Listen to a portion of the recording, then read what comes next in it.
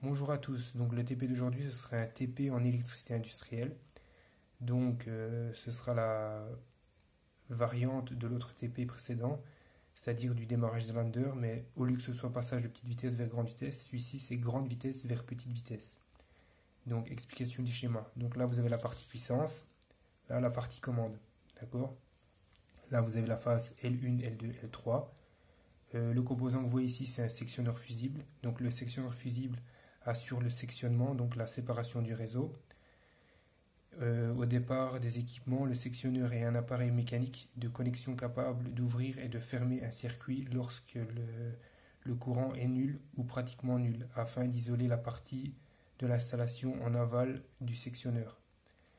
Alors ici, ce que vous voyez ici, ce sont des relais thermiques. Donc le rôle du relais thermique est un appareil de protection capable de protéger contre les surcharges et une élévation anormale du courant consommé par le ou les récepteurs.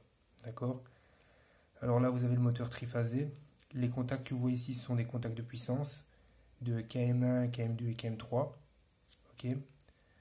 Alors le contact que vous voyez ici, c'est le contact de précoupure qui travaille avec le sectionneur.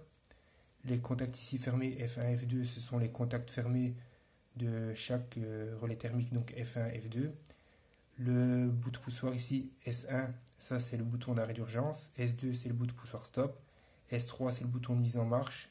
K1 ici, ce que vous voyez K1 et K2, ce sont des contacteurs auxiliaires. Ça, c'est si vous n'avez pas assez de contacts dans la partie, donc je veux dire sur les contacteurs de puissance KM1 et KM2, il y a des contacts pour la partie commande. Mais si vous n'avez pas assez de contacts, par exemple des normalement ouverts et normalement fermés, eh bien, vous pouvez lui mettre des contacteurs auxiliaires, donc K1 et K2.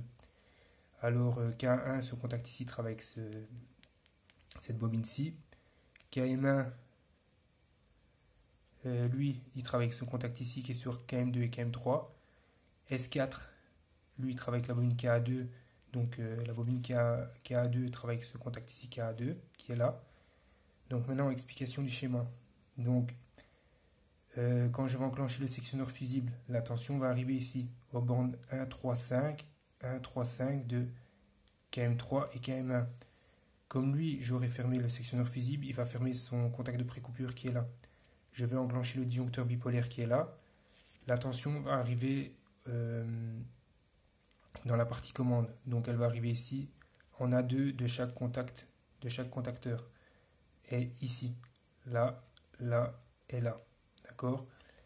Mais il ne se passera toujours rien tant que je n'appuie pas sur le bout de poussoir S4.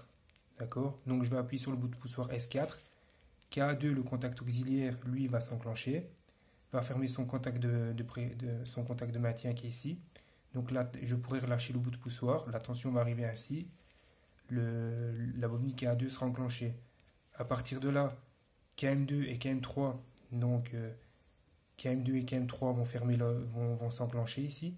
Donc les bobines ici vont s'enclencher, vont fermer leur contact de puissance qui est ici, KM2 et KM3. Donc le moteur va démarrer en grande vitesse. Comme ici, KM2 et KM3 vont s'enclencher, ben, KM2 va ouvrir ce contact ici instantanément et KA2 va ouvrir ce contact ici instantanément. D'accord?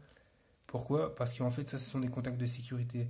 S'il n'y aurait pas ça, par exemple, eh ben, si malencontreusement vous appuyez sur S3, ben, vous allez faire un court-circuit parce que vous allez enclencher KM1, KM2 et KM3 en même temps. D'accord?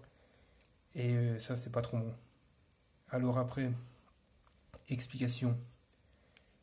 Quand vous voulez le faire passer en petite vitesse, vous appuyez sur stop. D'accord? Tous les contacts vont revenir à leur position initiale, sauf ce contact ici qui est KM2. C'est-à-dire que lui, comme il y a une temporisation retardée au déclenchement, elle va commencer à faire son travail quand la bobine de KM2 n'est plus alimentée. Donc elle va refermer ce contact ici. Et à ce moment-là, vous appuyez sur S3 qui va enclencher K1A, dans le contacteur auxiliaire, qui va fermer son contact de maintien. Vous pouvez relâcher le bout de poussoir, il sera auto-maintenu via cette liaison-ci. Le KM1, lui, va s'enclencher, la bobine de KM1, qui va fermer ses contacts de puissance qui sont ici. La tension va arriver ici aux bornes de U1, V1, W1, et le moteur va démarrer en petite vitesse. Et si par exemple vous avez un défaut moteur, par exemple une élévation d'intensité, c'est-à-dire que le moteur bloquerait et que ben, forcément s'il bloque, il va rogner, donc il va prendre beaucoup plus d'intensité, donc il va avoir un échauffement dans les câbles, dans les fils, pardon. Donc les bilames du relais thermique vont chauffer et vont se déclencher. Donc le relais, le relais magnétothermique, lui, qu'est-ce qu'il va faire? Il va ouvrir son contact qui sont ici, et la partie commande ne sera plus alimentée, d'accord? Et la partie puissance non plus. Jusque quand vous aurez trouvé le défaut qui fait que ça déclenche. Et après, pour le réarmer, ben, va falloir attendre un petit peu. Bien sûr, ça dépend comment il aura chauffé, que le bilame qui est ici refroidisse. Voilà. Donc ça, c'était le démarrage d'un lander, passage de grande vitesse vers petite vitesse. Merci.